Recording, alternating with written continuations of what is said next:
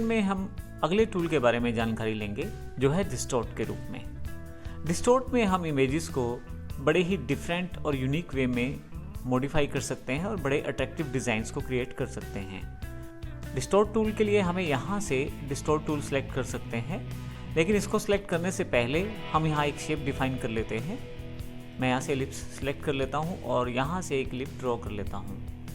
थोड़ा सा इसका कलर मॉडिफाई कर लेता हूँ। यहाँ से मैं बाहर का आउटलाइन मैंने ग्रीन कर दिया है और बीच का कलर जो है येलो कर दिया है। अब यहाँ मेरे पास एक सर्कल अवेलेबल है। यहाँ से मैं डिस्टॉर्ट टूल को सिलेक्ट कर लेता हूँ।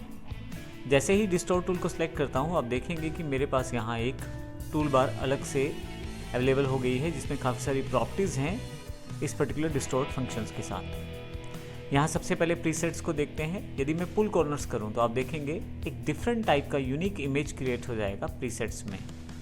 पुश कॉर्नर्स करूँ तो अलग तरह का इमेज है।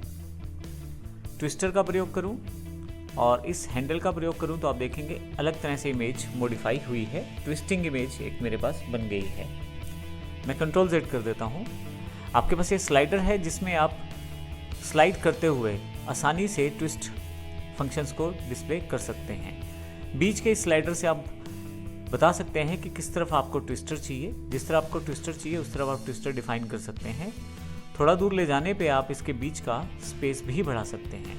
मैं यहाँ अभी इसे कंट्रोल Z कर देता हूँ और फिर से वापस अपनी सर्कुलर शेप में आ जाता हूँ। इस तरह से प्रीसेट में आप स्टैम्प का प्रयोग कर सकते हैं। कुछ इस तरह से आप चाहें तो जिपर का प्रयोग कर सकते हैं। तो इस तरह के डिफरेंट टाइप के प्रीसेट्स का पहले से दिए गए प्रयोगों में इस्तेमाल कर सकते हैं। मैं यहाँ कंट्रोल Z करके फिर से सर्कल शेप में वापस आ जाता हूँ। यदि आपने किसी एग्जिस्टिंग शेप में कुछ चेंज किया है तो आप उसको एज अ प्रीसेट भी सेव करके रख सकते हैं। यहाँ हमारे पास पुश और पुल डिस्टॉर्शन दिया हुआ है। अगर मैं इसे सेलेक्ट कर लूँ तो मुझे केवल पुश और पुल करना है और आप देखेंगे मेरे पास डिस्टॉर्शन के साथ एक अलग सा डिज़ाइन अवेलेबल हुआ है। उसके साथ मेरे पास यहाँ पे जिपर डिस्टॉर्शन है। जिपर डिस्टॉर्शन पे मैं अंदर की तरफ से अगर खींचना शुरू करूँ तो आप देखेंगे अलग तरह का जिपर डिस्टॉर्शन मेरे पास अवेलेबल हुआ है। और इस जिपर डिस्टॉर्शन में आप नंबर ऑफ स्टेप्स यहाँ से जिपर फ्रीक्वेंसी के साथ बता सकते हैं। जिपर फ्रीक्वेंसी जितनी ज़्यादा होगी आप देखेंगे उतने उसके एजेस आपके पास यहाँ पे क्रिएट किए जा रहे हैं। मैं यहाँ से कंट्रोल Z करके फिर से वापस नॉर्मल सर्कल में आ जाता हूँ। नेक्स्ट हमारे पास यहाँ पे ट्विस्टर डिस्टॉर्शन है। ट्विस्टर डिस्टॉर्शन में आप फिर से ट्विल डिस्टॉर्शन जैसा इफेक्ट क्रिएट कर सकते हैं कुछ इस तरह से। फर्दरली इस ग्रिप से आप आसानी से बाकी चीज़ें मॉडिफाई कर सकते हैं, जैसे बीच का स्पेस कम ज़्यादा कर सकते हैं। नंबर ऑफ ट्विल्स उसके साथ कम हो जाएंगे।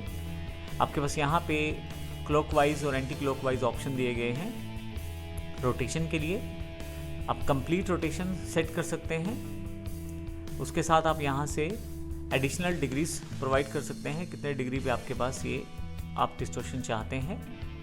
नया डिस्टॉर्शन ऐड करने के लिए यदि आपके पास कोई इमेज पहले से ड्रॉन है तो आप इस पे अगर डिस्टॉर्शन देना चाहते हैं तो मैं यहाँ से डिस्टॉर्शन सेलेक्ट कर लेता हूँ, कॉपी डिस्टॉर्शन प्रॉपर्टीज़ और यहाँ क्लिक कर देता हूँ। तो आप देखेंगे वैसा ही डिस्टॉर्शन प्रॉपर्टीज़ यहाँ पे अप्लाई हो गई हैं।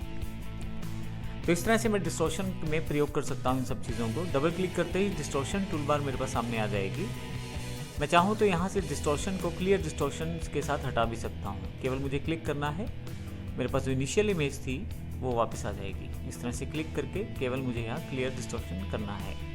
एक डिस्टॉर्ट किए गई शेप को आप फिर से कर्व्स में कन्वर्ट करके मॉडिफाई कर सकते हैं शेप टूल के द्वारा। इसके लिए कन्वर्ट टू कर्व करें और यहाँ शेप टूल पे जाएं और बेसिक मॉडिफिकेशन आप यहाँ से कर सकते हैं। जो बेसिक मॉडिफिकेशन आप चाहते हैं इसमें आसानी से आप पर्टिकुलर डिस्टॉर्टेड इमेज में कर सकते हैं। तो इस तरह से हमने देखा कि किस प्रकार हम डिस्टॉर्ट टूल का प्रयोग डिफरेंट टाइप की इमेजेस क्रिएट करने में कर सकते हैं, शेप्स क्रिएट करने में कर सकते हैं। इस तरह से आप कॉम्प्लिकेटेड डिज़ाइंस को आसानी से क्रिएट कर सकते हैं। धन्यवाद।